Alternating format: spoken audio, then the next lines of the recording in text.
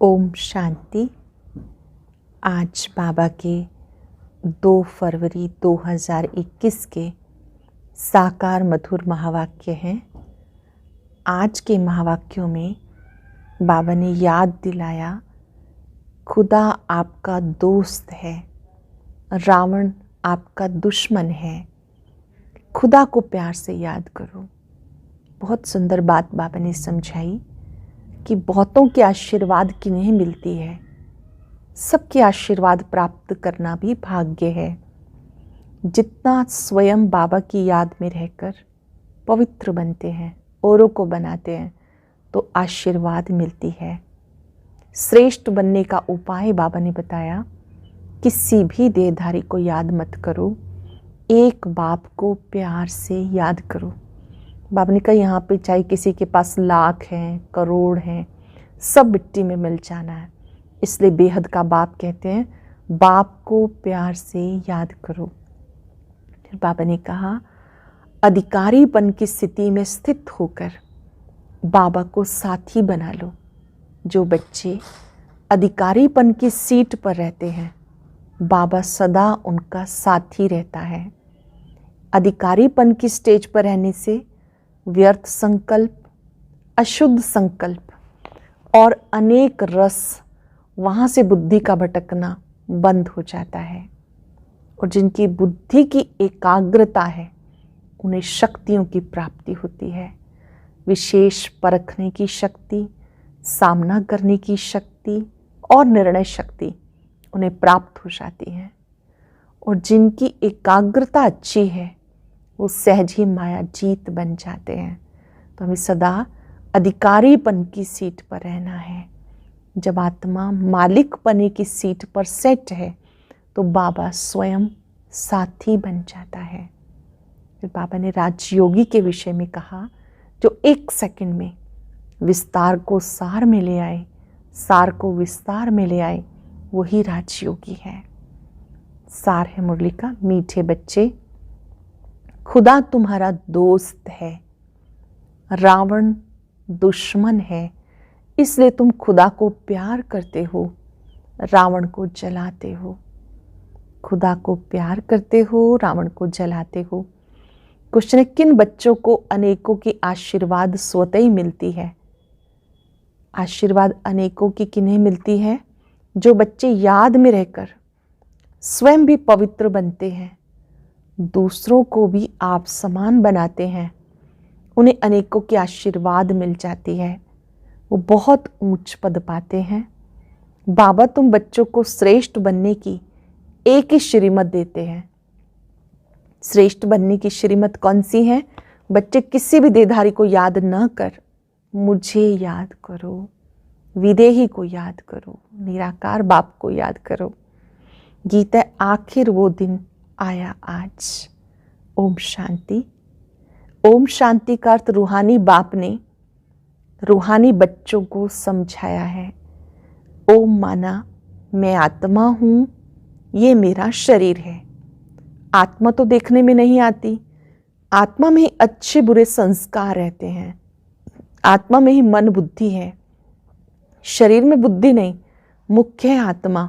शरीर तो मेरा है, आत्मा को कोई देख नहीं सकते, शरीर को आत्मा देखती है। आत्मा को शरीर नहीं देख सकता।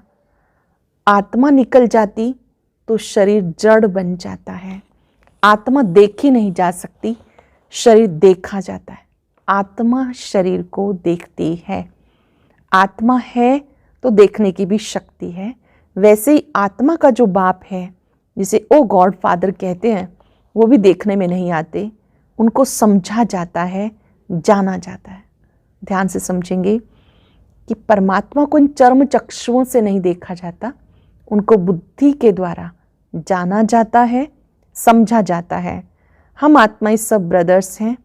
शरीर में आते हैं तो कहेंगे ये भाई भाई हैं, ये बहन भाई हैं। आत्माएं सब भाई भाई ही हैं। आत्माओं का बाप है परम पिता परमात्मा। जिस्मानी भाई बहन एक दो को देख सकते हैं, आत्माओं का बाप एक है, उनको देख नहीं सकते। आत्माओं का पिता एक है, उसे देख नहीं सकते। तो अब बाबा आए हैं पुरानी दुनिया को नया बनाने के लिए। नई दुनिया सतयुग थी, अब पुरानी दुनिया कलयुग है, इसको बदलना है। पुरानी दुनिया तो खत्म होनी चाहिए, पुराना घर खत्म हो नया घर बनता है ना, वैसे पुरानी दुनिया भी खलास होनी है। सतयुग के बाद त्रेता, द्वापर, कलयुग, फिर सतयुग आना है जरूर। वर्ल्ड की हिस्ट्री ज्योग्राफी रिपीट होनी है। सतयुग में होता है देवी देवताओं का राज्य। सूर्यवंशी और चंद्रवंशी, उन्हें कहा जाता लक्ष्मी नारायण की डायनेस्टी, राम सीता की डायनेस्टी। ये तो सहज है ना। सतयुग वालों को सूर्यवंशी, त्रेता वालों को चंद्रवंशी, फिर द्वापर कलयुग में और धर्म आते, फिर देवताएं जो पवित्र थे वो अपवित्र बन जाते हैं। इसे कहा जाता रावण राज्य। रावण को वर्ष वर्ष जलाते हैं परंतु जलता ही नहीं, फिर जलाते रहते। ये सबसे बड़ा दुश्मन है, इसलिए उसको जलाने की रस्म पड़ गई। रावण सबसे बड़ा दुश्मन है, इसलिए उसको जलाने की रस्म पड़ गई। भारत का नंबर 1 दुश्मन कौन है? फिर नंबर 1 दोस्त कौन है? सदा सुख देने वाला है खुदा। खुदा को दोस्त कहते हैं। इस पर एक कहानी भी है। खुदा है दोस्त, रावण है दुश्मन। खुदा जो दोस्त है उसको कभी जलाएंगे नहीं, वो है दुश्मन, इसलिए रावण 10 शीश वाला बनाकर उसको जलाते हैं। गांधी जी भी कहते थे हमें राम राज्य चाहिए। राम राज्य में सुख है, रावण राज्य में दुख है। सतयुग त्रेता राम राज्य कहलाता है, वहाँ सुख है, रावण राज्य में दुख है। अभी कौन बैठ समझाते हैं? पतित पावन बाप। शिव बाबा ब्रह्मा है दादा, शिव बाबा ब्रह्मा है दादा। बाबा हमेशा सही भी करते हैं, सिग्नेचर करते हैं बाप दादा। प्रजापिता ब्रह्मा सबका बाप हो गया, जिसको एडम भी कहते हैं, great great grandfather. Prajapita Brahma ये धर्म पिताओं का भी पिता। मनुष्य सृष्टि में प्रजापिता हुआ। प्रजापिता ब्रह्मा और ब्राह्मण रचे जाते, फिर ब्राह्मण सो देवता बनते, देवताएं फिर क्षत्रिय वैश्य शूद्र बन जाते। इसे कहते हैं प्रजापिता ब्रह्मा, मनुष्य सृष्टि का बड़ा। प्रजापिता ब्रह्मा के कितने ढेर बच्चे हैं, बाबा बाबा कहते रहते हैं। यह है साकार बाबा, शिव बाबा है निराकार बाबा। गाया भी जाता प्रजापिता ब्रह्मा द्वारा नई मनुष्य सृष्टि रचते हैं। अब तुम्हारी ये पुरानी खाल है, यह पतित दुनिया रावण राज्य। अब रावण की आसुरी दुनिया खत्म हो जाएगी, उसके लिए महाभारत लड़ाई है। फिर सतयुग में रावण दुश्मन को कोई जलाएंगे ही नहीं, रावण होगा ही नहीं। रावण ने दुख की दुनिया बनाई। ऐसे नहीं कि जिसके पास पैसे बहुत हैं, बड़े बड़े महल हैं, वो स्वर्ग में हैं। बाबा कहते भले किसी के पास करोड़ है, ये सब मिट्टी में मिल जाने वाले हैं। भले कितना ही धन संपदा है, सब मिट्टी में मिल जाने वाले हैं। नई दुनिया में फिर नई खानियां निकलती हैं, जिससे नई दुनिया के महल आदि सारे बनाए जाते। ये पुरानी दुनिया खत्म होनी है। मनुष्य भक्ति करते हैं सदगति के लिए, हमें पावन बनाओ। हम विशेष बन गए। विनाश लीला को भी तुम बच्चे समझते हो। विशेष को पतित कहा जाता। सतयुग में है निर्विकारी, वहाँ संतान भी योग बल से होती है, विकार वहाँ होते नहीं। न देह अभिमान, न काम, न क्रोध, 5 विकार होते नहीं। इसलिए वहाँ कभी रावण को जलाते ही नहीं, वहाँ कभी रावण को नहीं जलाया जाता। यहाँ तो रावण राज्य है। अब बाबा कहते तुम पवित्र बनो, ये पतित दुनिया खत्म होनी है। जो श्रीमत पर पवित्र रहते हैं वो बाप की मत पर चल विश्व की बादशाही का वर्षा पाते हैं। जो बच्चे श्रीमत पर पवित्र रहते हैं वो बाबा की मत पर चल विश्व की बादशाही का वर्षा पाते हैं। लक्ष्मी नारायण का राज्य था ना, अभी तो रावण राज्य है जो खत्म होना है। सतयुगी राम राज्य स्थापन होना है। सतयुग में बहुत थोड़े मनुष्य रहते हैं, कैपिटल दिल्ली रहती है जहाँ लक्ष्मी नारायण का राज्य होता। दिल्ली सतयुग में परिस्थान थी, दिल्ली ही गद्दी थी। रावण राज्य में भी दिल्ली कैपिटल है, राम राज्य में भी दिल्ली ही कैपिटल रहती है। परंतु राम राज्य में हीरे जवाहरात के महल थे, अथाह सुख थे। राजधानी तब भी दिल्ली थी, अब भी है। तब बाबा कहते हीरे जवाहरात के महल थे। अब बाबा कहते तुमने विश्व का राज्य गंवाया, मैं तुम्हें देता हूँ, तुम मेरी मत पे चलो। श्रेष्ठ बनना है तो सिर्फ मुझे याद करो। बहुत ही विशेष बात है ये कि श्रेष्ठ बनने के लिए एक बाबा को याद करो, किसी भी देहधारी को याद ना करो, अपने को आत्मा समझ मुझ बाप को याद करो, तो तमो प्रधान से सतो प्रधान बन जाएंगे, मेरे पास चले आएंगे, मेरे गले की माला बनकर विष्णु की माला बन जाएंगे। माला में ऊपर में है, ऊपर में बाबा कहते मैं हूँ, फिर ब्रह्मा सरस्वती। माला में सबसे ऊपर फूल होता है तो वो शिव बाबा की निशानी है। फिर 2 जुड़वा दाने जिसे मेरू कहते हैं, वो ब्रह्मा सरस्वती, वही सतयुग के महाराजा महारानी बनते हैं। उनकी फिर सारी माला है जो नंबरवार गद्दी पर बैठते हैं। मैं इस भारत को ब्रह्मा सरस्वती और ब्राह्मणों द्वारा स्वर्ग बनाता हूँ। ब्रह्मा सरस्वती और ब्राह्मणों के द्वारा शिव बाबा स्वर्ग बनाते हैं। जो मेहनत करते हैं उनके ही फिर यादगार बनते हैं। वो है रुद्रमाला, वो विष्णु की माला। रुद्रमाला है आत्माओं की, विष्णु की माला है मनुष्यों की। आत्माओं के रहने का स्थान निराकारी परम धाम है, जिसको ब्रह्मांड भी कहते हैं। आत्मा कोई अंडे मिसल नहीं, आत्मा तो बिंदे मिसल है। हम आत्माएं वहाँ स्वीट होम की रहने वाली हैं। बाप के साथ हम आत्माएं वहाँ रहती हैं, वो है मुक्ति धाम।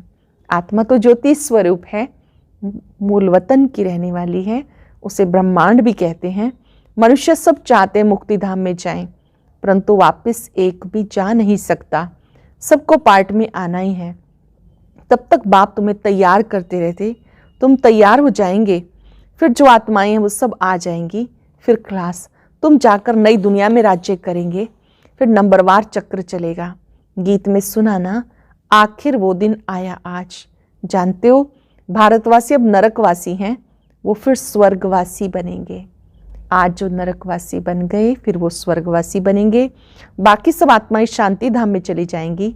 समझाना बहुत थोड़ा है। अल्लफ बाबा बेबादशाही, अल्लफ को बादशाही मिल जाती। बाप कहते मैं वही राज्य फिर से स्थापन करता हूँ। तुम 84 जन्म भोग पतित बन गए, पतित बनाया रावण ने। फिर पावन कौन बनाते हैं? भगवान, जिसे पतित पावन कहते हैं। तुम कैसे पतित से पावन, पावन से पतित बनते हो? ये हिस्ट्री ज्योग्राफी रिपीट होती है। ये विनाश है ही इसके लिए। कहते ब्रह्मा की आयु शास्त्रों में 100 वर्ष है।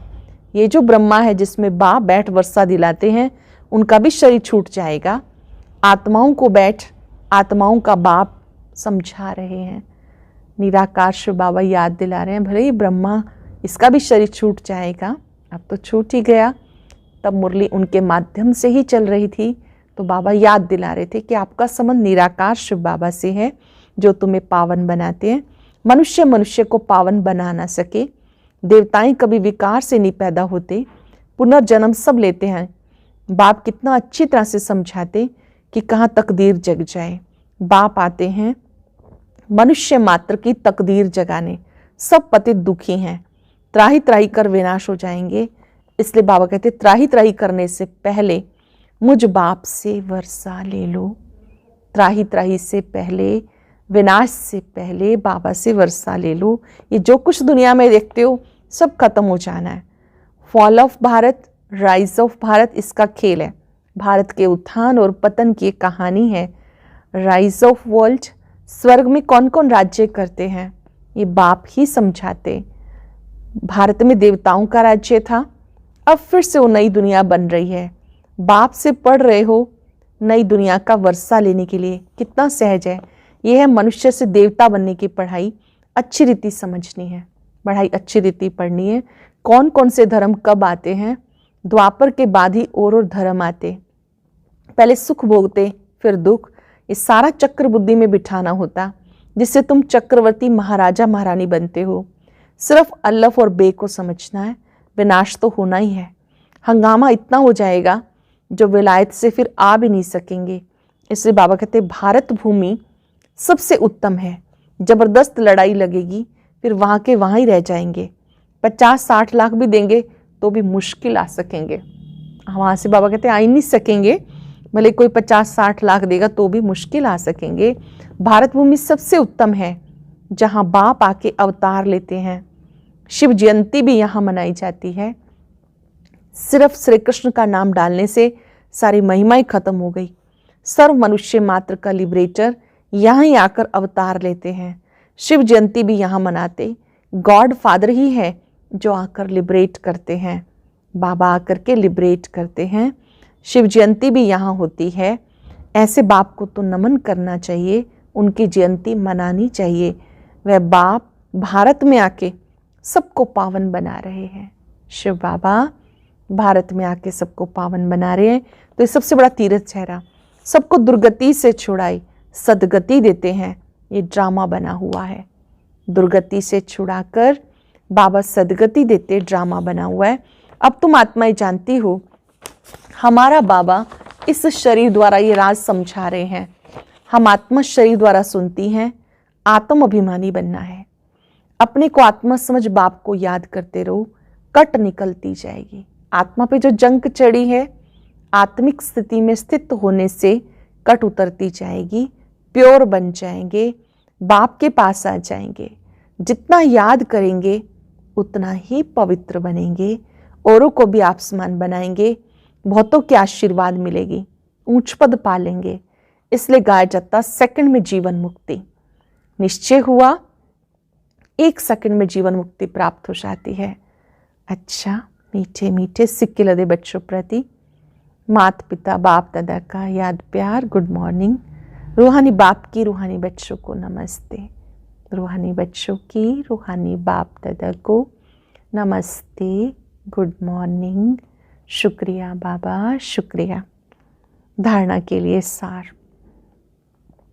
पहली पॉइंट है, श्रीमत पर पवित्र बन, हर कदम बाप की मत पर चल, विश्व की बादशाही लेनी है। श्रीमत पर पवित्र बन, हर कदम बाप की मत पर चल, विश्व की बादशाही लेनी है। बाप समान दुख हरता सुख करता बनना है। मनुष्य से देवता बनने की पढ़ाई सदा पढ़ते रहना है। सबको आप समान बनाने की सेवा करके आशीर्वाद प्राप्त करनी है। सबके आशीर्वाद पानी है तो आप समान बनाने की सेवा करनी है। आज का वरदान, अधिकारीपन की स्थिति द्वारा बाप को अपना साथी बनाने वाले सदा विजयी भव। अधिकारीपन की स्थिति द्वारा बाप को अपना साथी बनाने वाले सदा विजयी भव। बाप को साथी बनाने का सहज तरीका है अधिकारीपन की स्थिति। जब अधिकारीपन की स्थिति में स्थित रहते हो तब व्यर्थ संकल्प, अशुद्ध संकल्पों की हलचल में व अनेक रसों में बुद्धि डगमग नहीं होती है। बुद्धि की एकाग्रता द्वारा सामना करने, परखने व निर्णय करने की शक्ति आ जाती है। बुद्धि की एकाग्रता से सामना करने, परखने, निर्णय करने की शक्ति आ जाती है, जो सहज ही माया के अनेक प्रकार के वार से विजयी बना देती है। सहज ही विजयी बना देती है। स्लोगन है, राजयोगी वो है जो सेकंड में सार से विस्तार, विस्तार से सार में जाने के अभ्यासी हैं। अर्थात अभी भी आवाज़ की दुनिया में, अभी आवाज़ की दुनिया से परे चले गए। आवाज़ की दुनिया से परे जाने के लिए सब कुछ समेटना होगा। विस्तार को सार में, सार को फिर विस्तार में, ज्ञान की बातों के विस्तार में जाना है और फिर बिंदु बनकर बिंदु बाप को याद कर सके। आज हम अभ्यास करेंगे, मैं विजयी आत्मा हूँ। ओम शांति। आज की अव्यक्त मुरली जरूर सुने। उसके लिए ऊपर दिए गए बॉक्स को टच करें।